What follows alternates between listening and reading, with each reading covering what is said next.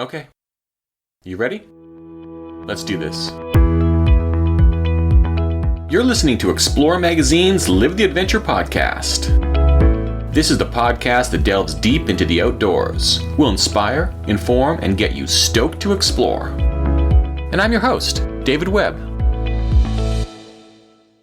Welcome to episode 35 of Explore Magazine's Live the Adventure podcast. I'm your host, David Webb. Dogs. We love them. But what I didn't just love is spending almost 2 weeks finding a new dog sitter for my lab, Chesterman, so he'll be taken care of while my family scoots to Calgary for a few days. It's the same story anytime we fly. What do we do with the dog? I know from our reader surveys more than 52% of you have a dog or cat at home, so this may be familiar. But what if your default changed from, what am I going to do with my dog while I'm on vacation, to, how do I take my dog with me? Today, my guests are Krista Holling and John Freeman. Krista is a veterinary surgeon from Toronto, and John is currently no fixed address as he embarks on a 7-continent bikepacking trip with his dog in tow. Together, they're the co-founders of dogpacking.com, a website devoted to better adventures with your dog. So we're going to dig into why you should travel with your dog, how you can travel with your dog, learn about Krista's travels and adventures with her pup River, and dig into exactly how John is managing a round-the-world bikepacking trip with a dog alongside. What can you learn from all this? Well, there'll be tips on how you can take your dog on a simple hike, a camping trip, a road trip, a plane trip, a boat trip, surfing with your dog, skiing with your dog. All of these questions can be answered by John, Krista, and dogpacking.com. So sit back, relax, and let's talk adventures with dogs with Krista Holling and John Freeman. Krista Holling and John Freeman, welcome to Explore Magazine's Live the Adventure podcast. Krista, how are you doing today?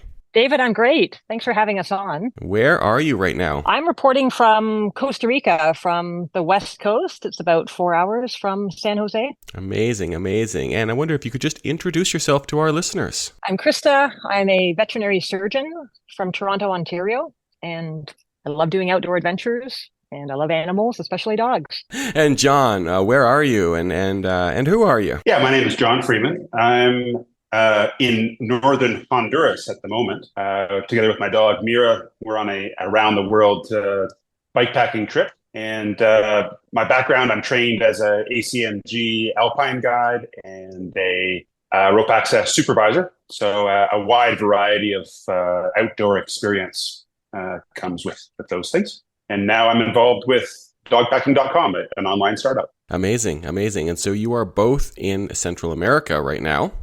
What are you doing down there, Krista? I'm here with my little golden doodle River. We're checking out the place. It's been about 20 years since I've been to Costa Rica, and we wanted to come back and see it for the first time sort of through my dog's eyes and see what sort of things we can explore together. I'm also visiting my good friend, a fellow veterinarian here, and the background behind me is, which is, for those who can't see it, partly Pacific Ocean and partly toucans and palm trees and banana trees, and that belongs to my veterinarian friend who's made this her home. Absolutely stunning. I know this, obviously this is an audio podcast, but I actually thought Krista was using a background on her Zoom call. It is so picturesque.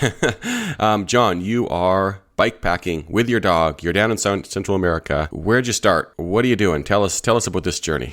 Yeah, we started in Canmore, Alberta, Canada, right at the Big Head statue, for those that know Canmore, right downtown. And it's just outside of the National Park of Banff. And we rode from there all the way through the United States and through Mexico, Guatemala, and now we are in Honduras on our way through to Argentina, on this leg of the journey. So it's going to be an around-the-world trip, all 7 continents, and we're just working on North America right now. That is impressive. So next week, I am going to Calgary, and I found a dog sitter for my dog. You are going to Argentina on your bike, and Krista, you are down in Costa Rica, and you're both traveling with your dogs. So obviously, we're going to dig into more about dogpacking.com. But how did this love of traveling with your dogs, this involvement of dogs in travel come up? Yeah, for me, I was taking a break from climbing.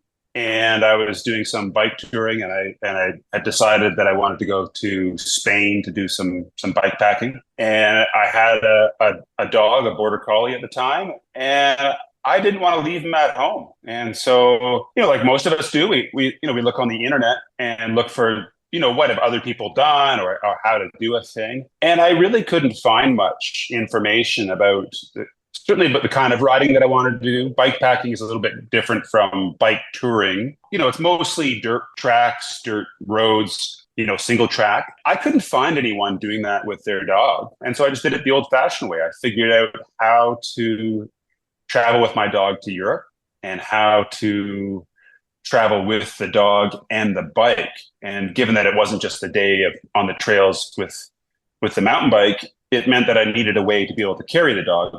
And at that time, I sort of settled on a single-wheeled trailer, a Bob trailer, and connected it to my mountain bike and did a bit of research on how to, what documentation I needed, what, did I need to visit the vet, what kind of proof of vaccinations, and pieced it together. A few months later, I found myself in Spain, and we went on a 6-month bikepacking trip and explored all over the country. Yeah, so that sort of idea of traveling with my dog, sort of well and truly, it was a success. It was great. It was great for the dog. The dog gets to play all day long. It's exploring the world, and I get to spend time with my dog. And so it's a little bit different. You have to adapt, but the advantages and the joys of it, the richness of experience far outweighed any of the logistical challenges of flying internationally or carrying some extra weight on the bicycle. And then the one thing that I really didn't anticipate that really sort of changed my life, I suppose, is just the reaction of other people, right? To see how, because you'll see someone on a bicycle and your brain will categorize that pattern recognition. You'll see, oh, it's a bicycle and it's a person traveling. Okay, we've seen that before. Or you see someone with a dog walking or playing in the park. But when you see someone on a bicycle with a dog, the joy that I see in people's faces is incredible. And, so that was sort of how it started. And that was 8 or 9 years ago, I guess now, and it hasn't stopped since. It is quite amazing, but not totally surprising that you weren't finding any information, because it is a bit unusual, isn't it? Bikepacking with a dog? I mean, do you run into other people doing it? It is unusual. There are people that do it, mostly on the roads, just because it's easier, so they'll, some paved tracks or some dirt roads. And then there was a couple different modes, either on the trailer or with pretty small dogs in the basket. Yeah, it definitely is unusual, but I don't see anyone out on the I rarely see other cycle tourists or bikepackers where I travel anyway. Yeah. So then to see someone with a bike and a dog, it would be extremely exceptional. But what I do see now on the internet, I see many more people out there with their dogs exploring, on short trips or on longer trips. That's become much more common in the 8 years since I first started. And Krista, did you bring your dog down from Toronto on the trip that you're currently on? I did, yeah. She's small enough to come in the plane with me. But this is a new experience for us, like a brand new chapter and new lifestyle, the traveling part with a dog. I sort of grew up thinking always with a dog that walking, running, camping, sure, the dog can come along for that. But a bike ride, that's something you do on your own. Traveling, that's something you do on your own. You have to say bye to your dog. And so I've always felt a bit guilty, a bit selfish of picking those and having to leave the dog behind. And so for me, this is all brand new. And John's helped open up these doors for us, which is, fabulous. About a year ago, I was looking at how to bring my dog along. My current version is, I used to have regulation sized dogs, and my current one, she's about 20 pounds. So I thought, well, maybe I can bring her on a bike ride. I did a Google search for that, and as John said, there really is not much that comes up. Everything actually pointed to John and Mira. So I reached out to him by email about a year ago to thank him for the inspiration, because now I've got a way to bring my dog along. So that's one more box that I can check off where River can come with me. Yeah, I think a lot of people can relate to you, Krista. I know personally I can. Like I said, I'm finding a dog sitter for my dog next week, and I don't want to leave my dog behind. I mean, I spend every day with them,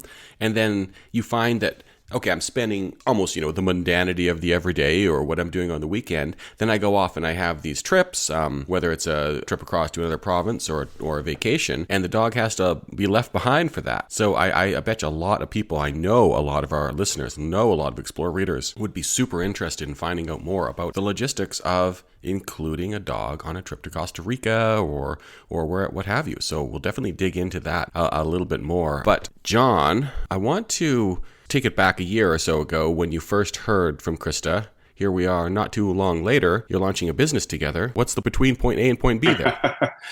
Yeah, it's a great question. Like you said, Krista was searching on the internet to try and find some information about how she could, do some kind of travel or some sports, but particularly cycling with her dog River.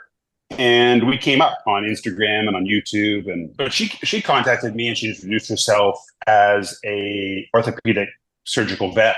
I was quite intrigued that she was interested in what we were doing, because in my mind, the vet has a tremendous amount. They're a great resource, right? They have all kinds of information and experience and training about the health and care of a dog, as well as other animals. And so I started using her as a resource. She would ask me some questions. I would ask her some questions. And, one of them was about, high elevation, high altitude, and a dog and how they react. Is there some science on that, or some other things? I'm traveling to the tropics right now, and so parasites or different insects or diseases, some kind of information about that. We were answering each other's questions back and forth, and she would go and get some of this stuff as specialty information, and she would get that information from colleagues or papers that were published online. And what we quickly determined was that there wasn't really a single source for this kind of information, or in fact, any source that's easy to reference.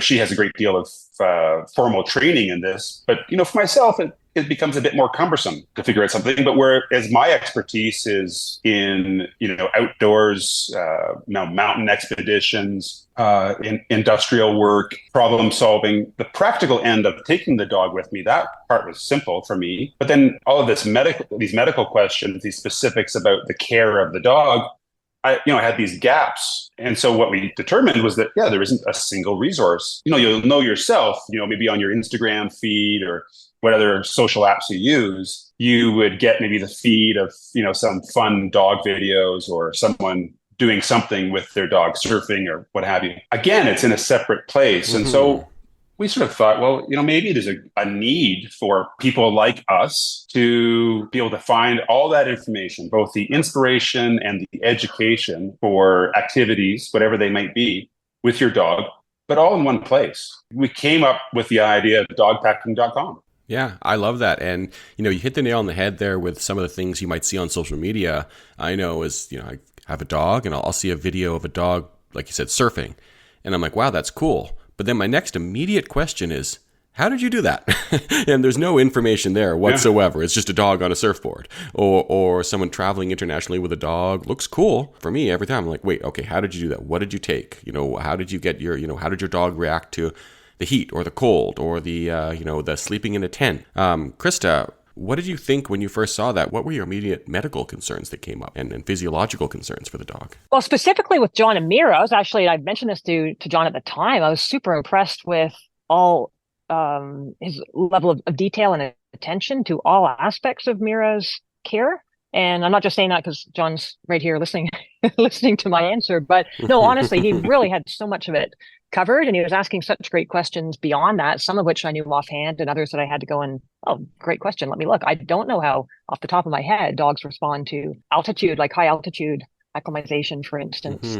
So I think, generally, as a rule of thumb with ourselves and with an animal, what you don't want to do, there's this margin of safety. You want to meet basic needs, and you don't want to exceed tolerances. And tolerances may be speed, intensity, like difficulty level, duration, and temperature tolerances. So you sort of want to work within that box. And that's going to depend on your background. So if you've got a dog that runs a whole lot, then going for a longer run will not be a big difference. But if a dog has just gone around the block and that's been its current limitation, then suddenly switching and going for a run as the next step will surprise it. And so at least what I tell clients with their dogs when I've had questions along these lines is, if you just even start with the question of, in what I'm about to do with my dog, or what I'm thinking of doing with my dog, is it likely going to surprise my dog's body? And if your Right. knee-jerk reaction Yeah. is, yep, part of the body will probably be like, what are we doing? But if you're thinking, oh no, this won't be a surprise because it's so close to what I've been doing with my dog, it's just a slight extension, a bit longer, a bit faster, a bit harder, then you should be fine. But yeah, if your initial response is, oh yeah, it's going to surprise my dog's body, or it's going to surprise my body, then yeah, maybe take a step back and just do it in smaller increments. But isn't all travel for a dog going to surprise the dog in some way, particularly if you're going to a new climate? Sure, but there I'd actually say surprise is great. You just don't want a physiological surprise, right? That's sort of beyond like a kind of a shock. So novelty is good, right? Life would be boring, I think, for stimulation is great. And you just don't want something that is beyond what you're prepared to respond to, and beyond what puts you in a state of, I'm enjoying this. Wow, like a surprise party that you wanted, but a surprise party that you didn't want. There's a bit of a difference. So exploring something and there being some new factors is fine, but you probably don't want all the factors to be new. And both for yourself and your dog. And super short story, but when I went dog packing for the first time with John and Mira last summer, we're taking the brand new at doing this. I've ridden bikes my whole life and I've had a dog my whole life. I haven't put the two together really that much, other than a little bit in Ontario. And then we tried sort of Colorado.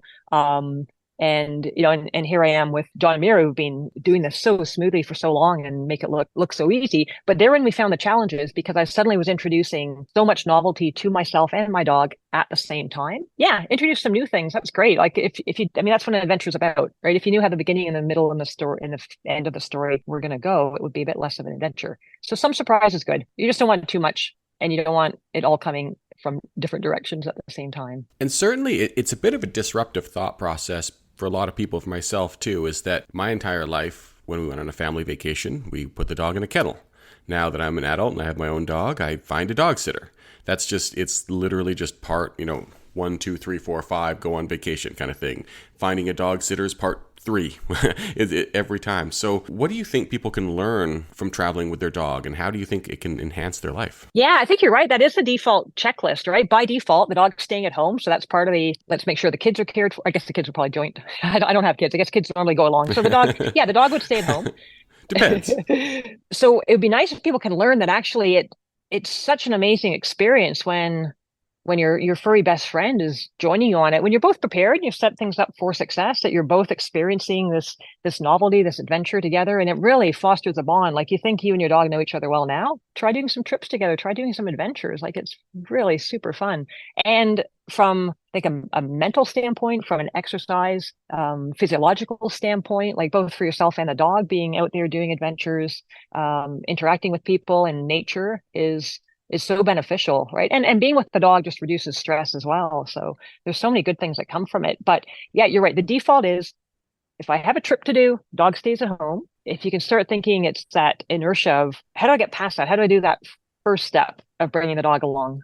What was your first step? Yeah, well, again, back to John. So he had been traveling by air with Mira a fair bit, and she's too large to go in cabin, but River can go in cabin. So I think already that difference of, yeah, why am I leaving her at home? Like, I was getting in my own way of thinking I really should think about bringing her along with me. But each time I went on a trip, I didn't. And she's 3 years old now. Like, this is 3 years or 2.5 years of time together that I haven't brought her along. But it was my plan of, I probably should. And then, yeah, so I'll thank John for that inspiration of just do it, book a trip and just do it. And then it just starts with the logistics. So the first is, yeah, she's coming along. All right, well then let's do a trip together. So maybe pick something that's a bit short, so their first plane ride is not a long one. And let's look into the logistics, like maybe staying within the same country is going to be easier from a requirement, health vaccine requirement standpoint, paperwork requirement standpoint. So maybe something short within the same geographical boundary is pretty good. And then you start picturing, what environment are they going through? They're going to be in a carrier for a while. Let's get them used to that and have that be a positive experience. Like, let's get them used to being in a busy environment, a loud environment. Let's get them used to being in a carrier with me maybe not being present. In cabin dogs, that's not the case. She's going to be with me the whole time. But if your dog's going to be packed up and going below from its, let's say, a longer trip where you are taking them, then yeah, you're going to be separated. So the carrier that they'll be in needs to be a positive place, a safe place for them and with you being absent, still needs to be a safe place for them. So just looking at those sort of factors, which we've tried to capture in an actionable way as part of the website content, to just help people with, here are the steps and here are the considerations to just help get them going. And maybe they read through that and decide that's not for them, but at least they can make that assessment because they've got now some tangible information to work with. John, for you, it's quite a bit different what you're doing on your trips. So how do you ensure Mira adapts to the surprises of the road, the various terrain that you're going through, the mode of travel? Yeah, it is definitely different. I think the adaptations for Mira now are quite incremental because she's now 6 years old and she's been doing this since she was a puppy. The dog I had previous, Melon, was also a border collie and had spent a ton of time in the mountains, both skiing and climbing. And those, typically what that meant was a lot of, or trail running, was a lot of hiking and walking and running to a venue and then basically, staying there and letting me, have fun and then coming back out sort of, like if you were going camping or hiking or just to the park, that sort of thing. With Mira, it's definitely different. So when she was a puppy, puppies really aren't able to run that much. They're not able to travel on their paws that much. They're still growing, so that there's some risk to creating permanent injury or damage to a dog as they're developing. So she spent a lot of time in the basket, and then as we went up hills, we were bike packing.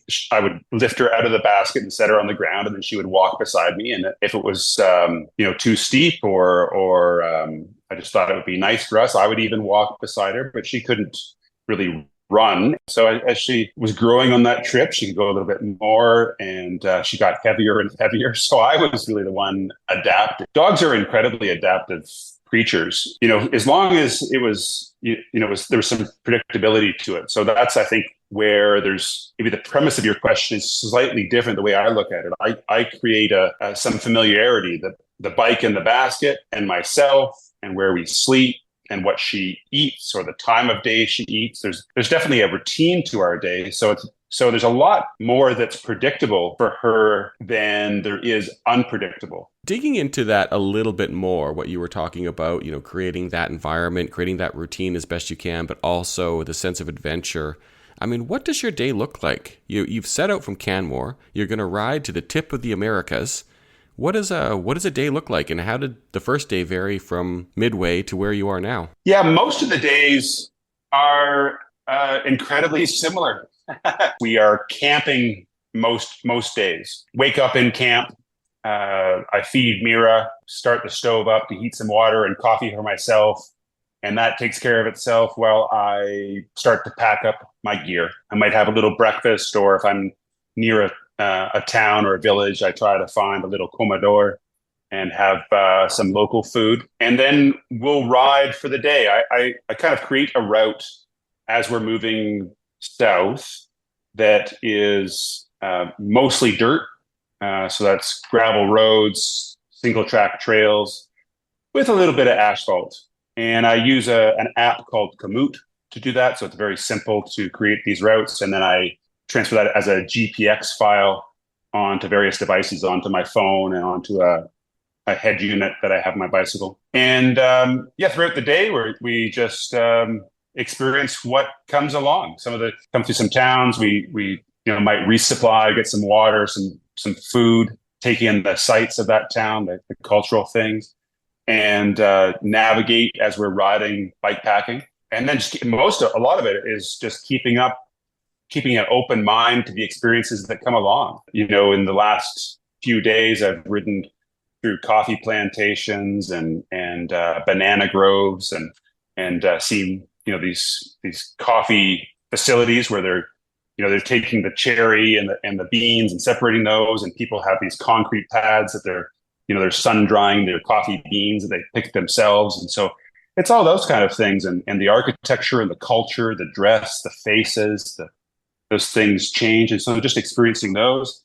And then of course in Latin America, dogs roam pretty free. Yeah, engaging with other dogs and people and wildlife. So I've seen pictures of Mira riding on your bike. Does she also run alongside you? Do you mix it up, or how do you travel? Currently, I have a sort of a mid-tail mountain bike. So that's a mountain bike that's a little bit longer than the average mountain bike. And that's so that there's enough room for a basket to be balanced on the bicycle where the axle is sort of sitting somewhere at the center of where this basket is. She's a 19 kilogram, about 40-pound border collie heeler cross. So sort of a mid-sized dog. And so a lot of the time she'll ride in this basket. It's low-sided, rectangular shaped basket, well padded, so it's comfortable for her to lay down in. But she'll also stand up in this basket and lean sort of, on my lower back. So we can kind of have a sense of, there's this connection where where she's balancing against me. And I know as we're riding, how my inputs into the bike are affecting her. And as the terrain changes, I enjoy spending time in the mountains. And in this part of the world, it's impossible to avoid the mountains. So whenever the roads get steep enough, so sort of, once it gets about 3, 4, 5, 10%, I'm definitely thinking about having her out of the basket. So it's about a meter off the ground, the lip of the basket. I have her jump out. She wears a harness with the leash attached to the back, and I kind of ease the landing down, because this happens a lot throughout the day as we're going up and down mountains. And then she's walking or running beside me, at a comfortable pace for her. And then as we crest the top of the hill, then I'll stop the bike and have her jump up into the back of the basket. I just give a little tug on the leash and off we go again. And this happens probably around 100 times a day. You could think of one of your single biggest challenges in not so much the trip, but having the dog along, having Mira along. What would it be? What's the thing that really adds a little that X factor to your trip? Most of it's fairly predictable. I'm quite lucky in that Mira is not very reactive to other dogs. Here, an unleashed, sort of uncontrolled dog is super common. I mean, it happens dozens of times throughout a day. So that's pretty good. I suspect where any of my concerns would be if something was to occur to me or us on a busy road or in traffic. Right. And then because I'm traveling without another human, what happens to Mira? That's sort of the X factor. If that's sort of where your question's going to, I think her safety and her health are my priority. Is there ever a time when you're traveling where you're thinking, gosh, this is kind of a lot. This is a lot to have the dog. I kind of, it'd be easier without her. Or is it just, you just love the experience so much of having her there? Well, it's both of those, to be honest. I might ride anywhere from, 1,000 to 3,000 meters of elevation gain in a day. Any extra weight on the bike adds up. Oh yeah, would it be easier? Absolutely, it would be easier. It'd be a ton easier, right? There's the logistics of caring for her. I could have a smaller tent. I wouldn't have to stop for food for her. All kinds of things. But the advantages far outweigh everything else. I can leave the bike in front of a shop with her in the basket, and I can be very confident that the bike will be there untouched when I come back. Yeah, I think if someone's a dog lover and they want to come up and pet her, they will. But if someone sort of has some malicious intent, wants to steal something, I think they then think dogs are possibly dangerous or possibly guarding things, right? I don't think, I've talked to people about this before, I don't think you can hold those two competing emotions, or, you could use lots of other terms for it, but those sort of thoughts in your head at the same time, both kindness and an intent to do harm. Those are mutually exclusive, I think. And so having her in the basket sort of self-selects for the people that come up to us and engage with us. The other thing is the joy I see on people's faces every day. Anytime I go through a town, I see people light up with smiles, and I'm in front of that. I'm just sort of adjacent to that. So imagine going through the world where absolutely everyone is smiling at you and happy to see what you're doing. And I'm just right adjacent to that. So that makes my life so much better. It's a really wonderful experience. And so, most of the time I just feel lots of gratitude about it. Krista, it's quite the yin and yang between you and John. in that, John is really doing this self-supported trip. So he's probably learning all these kind of almost extreme tips, and then they could be tempered down for individual use. Like I can see so much coming out of John's experience for campers, people who just want to camp. They don't have to be riding across the Americas. They can just be going camping. As a vet, what are you hoping people take from your experiences? Yeah, so no, you're right on. Mine is certainly a different experience than John and Mira's, and they're doing essentially, as John said, sort of repetitive activity, and they're doing one thing incredibly well, and they've dialed in. They've got all those small factors, and those small factors of riding a bike, setting up camp and such. You're right. People can piece those, take little bits of that and do a smaller version for themselves and get so much out of that. What River and I are doing, and I think this is probably where River and I complement what John and Mira are bringing to the table with dogpacking.com. We're doing a variety of activities. So I think if we were also going around the world by bike, then it would get to a fairly narrow website in terms of the content we can deliver. So it kind of instead, what River and I are doing is we're leaning into a variety of activities. So I figure rather than sort of picking one activity and doing it really well, I do quite a few quite poorly. Like what? Like what do you do with River? She had her first surfing lesson the other day. She's far better surfer than I am. That was in Cozumel. We actually on Airbnb, they have experiences, and so we we reached out to a surf instructor and asked if he'd be willing to try a dog, and he said, yeah, never taught a dog before, but let's go for it. They have 4 paws, so they can balance much better. So yeah, so we're trying different activities. Some I've done before, others are new with her, but it's just sort of fun. This activity may not be new to me, but it's new with her. So those are things we can, if someone is new to dog packing and wants to see how we start, because we've got quite a firsts. First time on the plane together was very recent. First time surfing, first time figuring this out, first time figuring that out. And with that, I think there's probably a big difference between your first time doing something and your second time. I'm hoping what viewers can get from the side that we're bringing together is a lot of the science, the reliable tips and tools, like do dogs need sunscreen, for instance. We've gone and researched that, and a veterinary dermatologist colleague of mine has answered. Do they? They do, where the hair is not. And then you have to be careful. Yeah, zinc is toxic if ingested for a dog, and PABA, like preservatives, is not a good idea. So yeah, so we kind of narrow down what dogs probably need it and where they need it and when they need it. So we've got considerations there and a little bit of the science behind like why sun rays are bad for dogs. But then at the bottom of the article, the tips of, does your dog need it or not? And we make it very, very actionable so that they have a takeaway piece of like, okay, I can figure this out. Now I know when to use it and what to reach for if I go to get sunscreen for my dog. Yeah, so we do some deep dives there.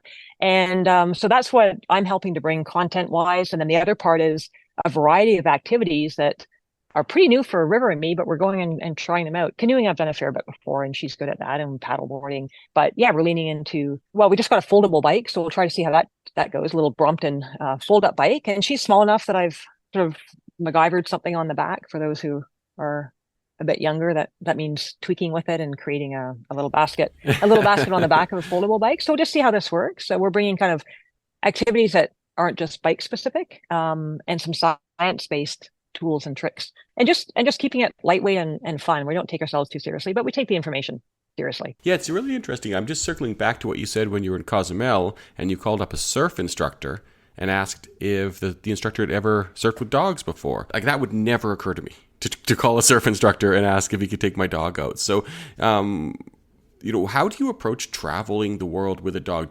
How is that different? Because right now, I can imagine, if I was going to say, the Okanagan of British Columbia, I might look for dog-friendly accommodation, and that's honestly probably where I would stop. I don't know what else I would look for beyond that. So, like, when you're talking international travel, like, what do you look for? Yeah, there is much more to do. And I will, to your comment about pet-friendly accommodations, we'll give a shout out to bringfido.com.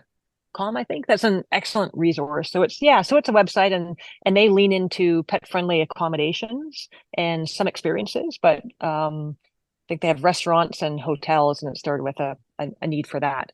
So they cover that very, very well. What we're trying to cover is, what can you do with your dog? The inspiration part, the ideas, the creativity, and then how can you do it? And how can you do it safely? So that's what we bring forward. And so with traveling, yeah, there's the logistical parts that John was talking about when he figured out how to go to Spain. He didn't have a website like this that sort of gives you in bullet points, like step 1, step 2, step 3, and funnels you in the right direction with that. So there's the border crossing, there's the plane, there's the environment, like the behavioral aspects to get your dog ready for what that's going to experience. And it may not be, when you walk through it, a whole lot different than what your dog has currently experienced. Oh, my dog likes busy environments. We're in that all the time. My dog doesn't mind being in its kennel and such. So you might be halfway there already. It may just be a matter of, let's figure out a short plane trip and see how that goes. And then let's add the crossing the border experience. And then, let's add something else. But yeah, I think, you mentioned leaving your dog back home, but maybe if you were able to, in the future, tweak that thinking to, can I bring my dog along? Let's see if we can make that work. And think of how might your life be maybe a bit better if you got to experience the things you're experiencing right now, if you got to experience them with your dog. And also, how might your dog's life be better if they get to experience these with you as well? What about culturally? Dogs are not perceived the same way in every country that you're going to travel to. Well, I guess the first thing is to sort of understand and respect what the environment is. So if people in a certain country, a certain place have a view on dogs, I need to adapt to that and place Mira in that environment accordingly. And so there's a bit of research that goes into that. And then and to be flexible with it. Just because I want to have my dog with me in a certain way doesn't mean that that's the way it has to be. We can adapt. Yeah, I think that's just part of the excitement of the trip. As long as the dog is safe. My trip's a little bit different. I think we sort of have this, or I have this goal of riding to all 7 continents. So there are parts of the world where those kind of things I'm going to have to deal with. If I was choosing to go on a vacation with a dog and maybe the culture or the place doesn't have a lot of dog friendly sort of environments, then I may consider going somewhere else, or having a shorter trip possibly might be the issue. Some countries, island nations require, even Australia being as large as it is, views itself as an island nation in a lot of ways and has a quarantine. So being aware of the quarantine and is the time that I'm going to spend there long enough to justify both the inconvenience and expense and the sort of the separation and the restriction to Mira. That's a valid question. And if it's a short trip, say a business trip, well, that doesn't make any sense to travel that great distance with your dog, but maybe for a business trip or a family obligation, then it might make sense in that regard. So also looking at things try and look at them with a sense of humor and adventure and wonder can help you deal with those a lot. It also, like I said before, having those consistent interactions with your dog. Mira looks to me for the indication about what is safe or what the environment, how to behave in the environments. So she's quite calm at my side, or calm in the house, or in the tent. She's very calm. She's not going to tear it up or try to doesn't get the zoomies inside the tent. So I think that helps out a lot. So those kind of things, like a well-trained dog, just in general, means the dog has much more freedom in the world. You can have friends over, you can go to your friend's place, you can go in shops. And I think that's part of what the issue is when we see restrictions into, cafes, even outdoor cafes or bars or restaurants or venues where they don't allow dogs, say in Canada or parts of the United States. But if you were to travel in Spain, for example, it's much more common in lots of European countries to allow dogs even into the cafes. And it's common here in Latin America for me to be able to go in and out of shops sometimes with the dogs. So yeah, just adapt and be open to those changes, I think is the way that I deal with that. And Krista, from a veterinary standpoint, I think I remember reading one time, and I hope I'm not wrong on this, is that something like dogs have one of, if not the most variation of any mammal. So when you think of traveling with a dog from a Chihuahua to a Great Dane, like how do you approach the aspects of what each of those dogs might need in terms of the logistics of getting the dog there, what they need when they're there, their adaptability? I mean, John, you mentioned your border collie jumping in and out of a bike seems kind of easy for a border collie. Like, I can definitely picture a border collie do that, but some other dogs obviously couldn't do that. So yeah, Krista, like how do you approach that? Like, are there breeds that are better for travel? Yeah, no, you're absolutely right, David. There are definitely going to be some breed differences in terms of compatibility with various activities and duration of activities and intensity and such. And some might have a more affinity with water, for instance, and have paws that are webbed between the digits so they can swim better and just have a nicer time in the water, and others that don't like it. So there'll be breed differences, interbreed differences, and then there'll be interdog differences. So just because your dog's a border collie, for instance, doesn't mean it necessarily wants to run around all the time. So I think you definitely need to first start with the breed and then look at your particular dog and decide, are the sort of activities that might fit the breed going to fit my dog? And is this going to be enjoyable for my dog? And you can probably figure that out. But from the breed standpoint, the tricky part are the mixed breeds. And I love mixed breeds. They're just a little bit trickier because you can't go and look at a list of items that are included. It's sort of like a smoothie where, there's yogurt and strawberries and honey in there. And there's a fairly predictable tendency in terms of what that particular breed can do. So the sporting breeds, for instance, they've got a good conformation. We're likely continuous movement's going to be fine for them as long as it's built up, and they're actually going to really enjoy it. And then there's some that, as I mentioned, are going to have a greater affinity for doing water activities. So probably try to pick your breed, but if you've already got a dog, maybe don't switch up your dog. Just figure out what activities are going to work with you and with your particular dog. So there will be some that maybe the shorter, stockier bull terrier breeds, they don't look super flexible, and they might have a harder time with high impact activities and sort of fast-paced activities as well. Whereas dogs with the shorter snout, they have a harder time with air exchange. And so that makes it harder for them to regulate their temperature, which is how dogs do that to cool themselves. They don't sweat other than through their foot pads.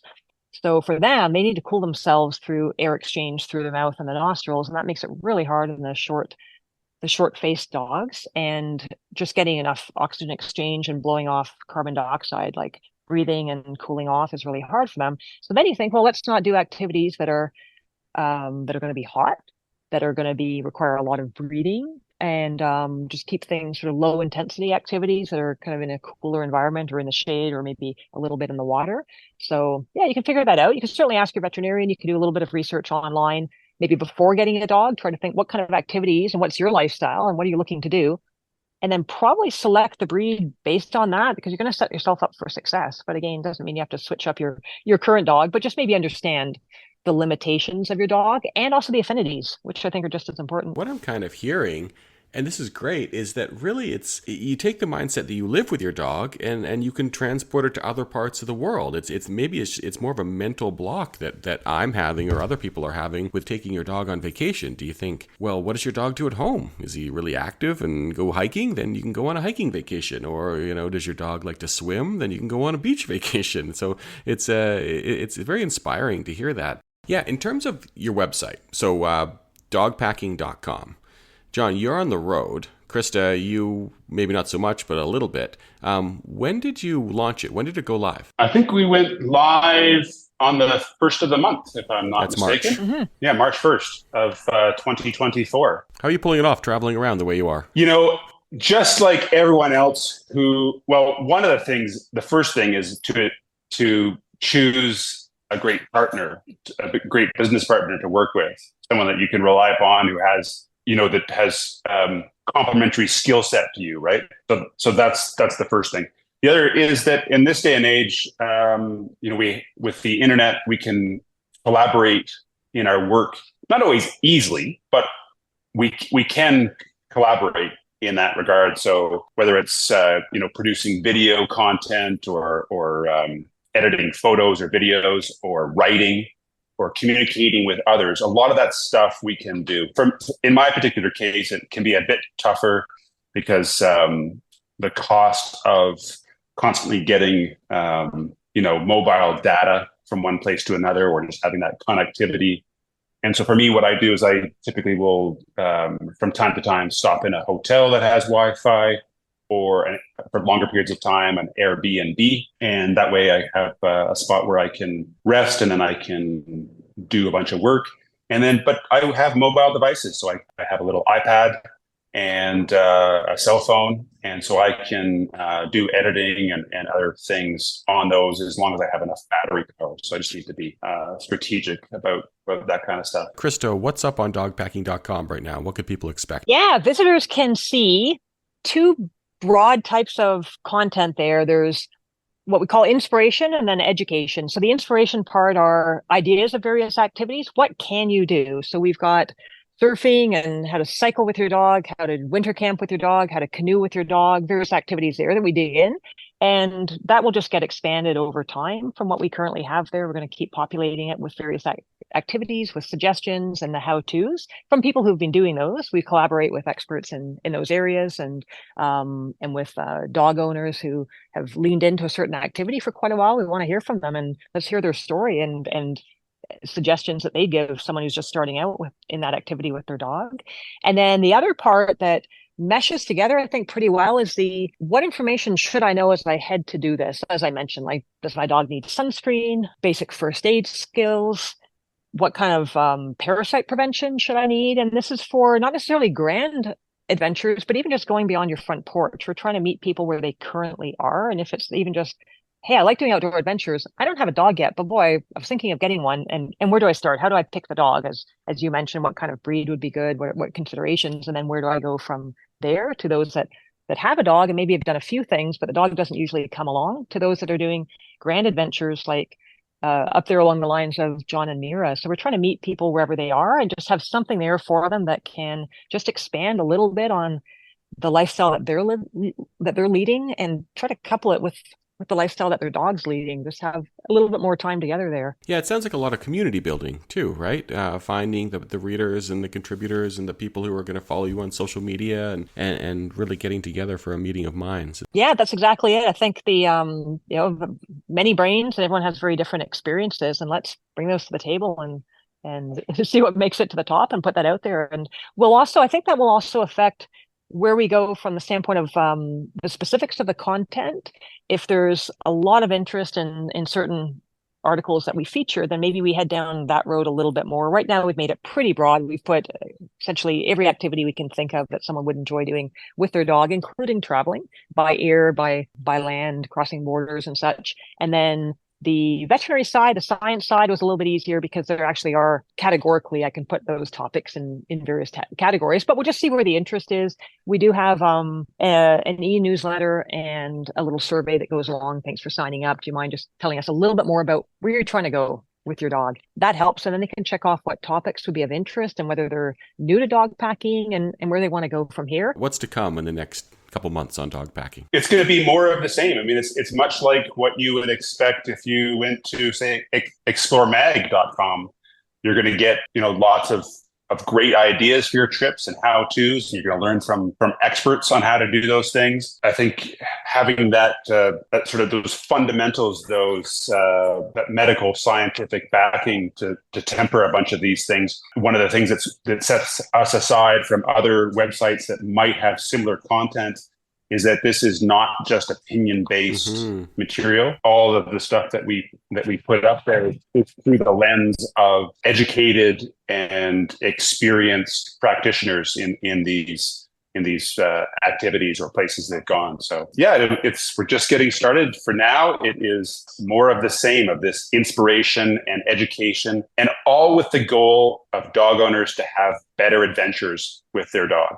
So dogpacking.com is the website. What about your social feeds? Where can we find you? For us, you can find us on Instagram at Mira La Pera with underscores between the words. So that's Mira the dog in Spanish, under the name of Omni Tierra. So all world, Omni Tierra, on Instagram as well as on YouTube. And Krista, does dogpacking.com have its socials as well? We do. It's pretty easy. The handle is the same on Instagram, Twitter, and we're on TikTok as well. On the 3 platforms, we are at dogpacking_com. I'll leave our listeners with one final thought, Krista, from you and John each. If you could just tell one person who is thinking about traveling with their dog one thing, Krista, what would it be? What's stopping you? Just try it. Yeah, just take that first step.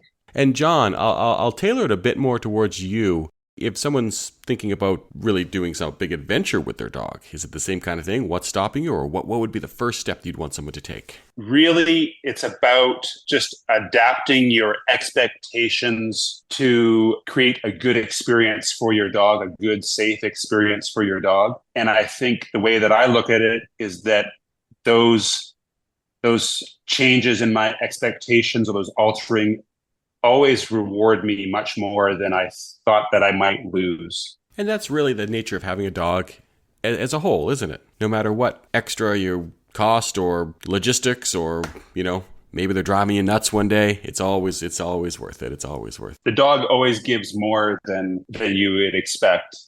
My dog's looking at me right now because I think I've said the word dog so many times over the past hour, but I really appreciate you both joining me. I know it was not easy. John, you're in Honduras. Krista, you're in Costa Rica, so I definitely appreciate connecting across North and Central America like this. Is there anything else you want to add? Yeah, if people are thinking, oh, I think this is all sort of beyond what I could do, then maybe just flip that and think, well, what could you start doing with your dog?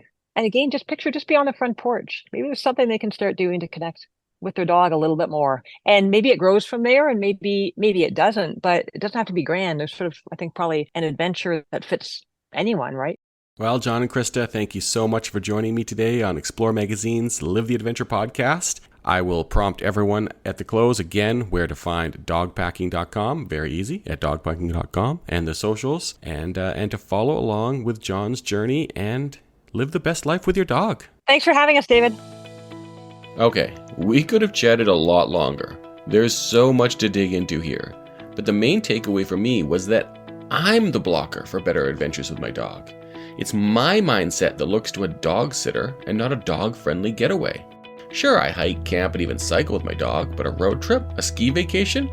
I'll have to spend more time on dogpacking.com and get the information, as well as the inspiration. If you'd like to learn more, surf over to dogpacking.com or follow dogpacking_com on socials. And make sure to follow John and Mira's adventures on YouTube at Omni Tierra Dogpacking and on Instagram at Omni Tierra and Mira La Para. I'll link to those from our website at explore-mag.com. I hope you were inspired today to branch out with your dog, try new things and new adventures. I know I was. So thanks for joining me today on Explore Magazine's Live the Adventure podcast. I'm David Webb, and hey, live the adventure.